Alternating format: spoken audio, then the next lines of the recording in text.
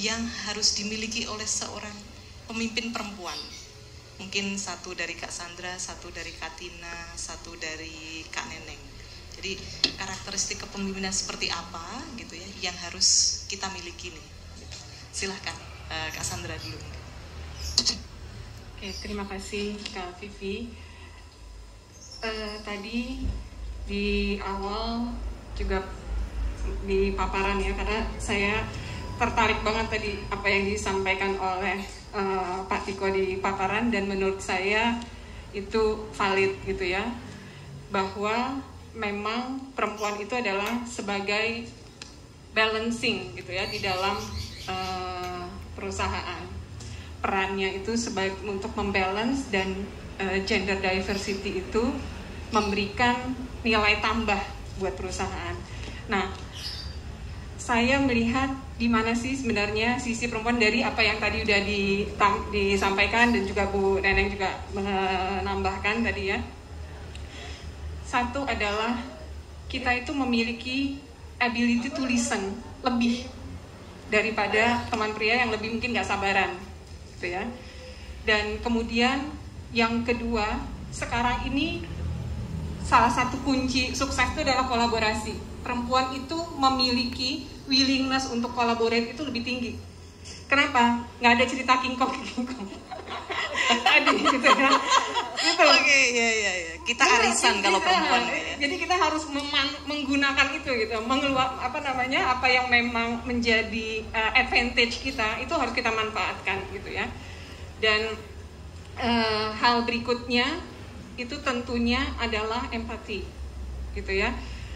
Hal ini kelihatannya sederhana, tetapi kalau misalkan kita bisa mendapat hati dari tim kita, kerjanya akan luar biasa. Saya buat teman-teman yang muda-muda gitu ya, nanti teman-teman akan merasakan when you are a leader of an organization gitu ya, itu beda banget hasil kerja tim yang mengerjakannya pakai hati dan mengerjakannya karena disuruh. Mungkin itu. Terima kasih. Terima kasih Kak Sandra. Jadi pakai hati dalam setiap pekerjaan yang dilakukan.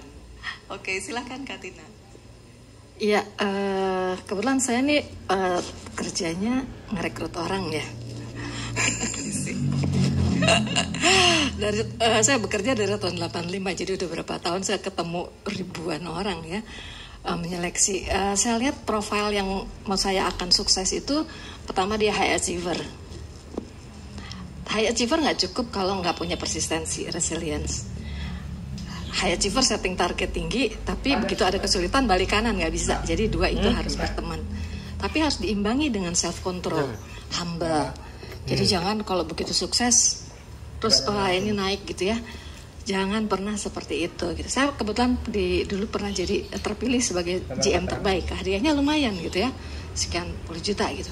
Saya kembalikan semua ke tim, saya bilang silakan pakai, saya nggak ambil 1 sen pun. Kenapa? Saya bisa seperti ini karena tim saya. Ya, jadi silakan, itu kita harus apresiasi tuh. Harus rajin memuji tim juga. Jangan hanya bisa ngeritik, karena katanya orang kita tuh agak berat untuk muji, tapi senangnya. Jadi enteng aja gitu memang, tapi jangan lebay juga ya, mujinya agak dilebih apa adanya gitu. Tapi harus bisa muji. Nah, jadi saya setuju dengan Bu Sandra, bagaimana kita bisa bekerja baik. Ya, kita juga harus apresiasi tim kita, dan saya setuju pilih tim yang kuat gitu ya. Tapi tugas sebagai leader jangan lupa kita develop others. Ya jangan mau pinter sendiri, develop. Kalau timnya bagus kan kita juga, perusahaan juga akan ketolong. Jadi itu poinnya mungkin sebagian yang saya bisa sampaikan. Nah, kalau ada komponen itu saya ngelihatnya tuh, wah ini kayaknya bakal shining nih orang gitu ya. Dari hasil, walaupun saya nggak kenal gitu, dari profilnya bisa diprediksi nih orang bakal shining, kira-kira seperti itu. Terima kasih. Terima kasih sebanyak nih Kak Tina. Silahkan. Saya ada 3 hal mungkin yang saya bisa berikan, tambahin dari Kak Sandra dan Kak Tina. Yang pertama adalah tolong, karena kita adalah perempuan, asah sensitivitas kita, karena we have it. Cuman kadang-kadang kita tidak mau mengasah. Itu Itu yang pertama. Yang kedua adalah people developer. Kita itu punya jiwa untuk develop people, karena sebagai perempuan, sebagai wanita, kita develop anak kita dan sebagainya. So itu ada di dalam diri kita. Tolong dipakai itu dan dilihat bahwa itu adalah kelebihan kita. Yang ketiga, ini yang paling menurut saya, untuk bisa berhasil, siapapun juga, ini bukan perempuan atau laki, you need to have ownership mentality di dalam setiap apa yang kalian kerjakan. Jadi kalau kalian bekerja dengan ownership mentality, you will do it with passion. Nggak mikir bahwa oh aku kerja ini supaya dapat performance bagus atau apa. Enggak gitu. With ownership mentality, itu semua akan terpancar. You will be passionate karena you own it, anything and everything. Itu menurut saya adalah kunci kesuksesan setiap orang, apakah itu perempuan atau laki-laki. Mungkin itu aja. Terima kasih banyak Kak Neneng atas masukannya, dan juga terima kasih Kak Sandra, Kak Tina, Kak Neneng untuk waktunya, untuk sharingnya, untuk insight-nya untuk kita semua. Sayang sekali memang kita harus mengakhiri sesi talk show yang kedua, tetapi jangan khawatir, ke depan baik itu dari Sri Kandi BUMN maupun dari BUMN Muda akan memiliki event-event yang sama gitu ya, yang mirip-mirip berdiskusi seperti ini dengan topik yang masih seputar perempuan gitu dan kepemimpinan. Jadi jangan lewatkan, nanti ke depan akan banyak sekali acara-acara seperti ini.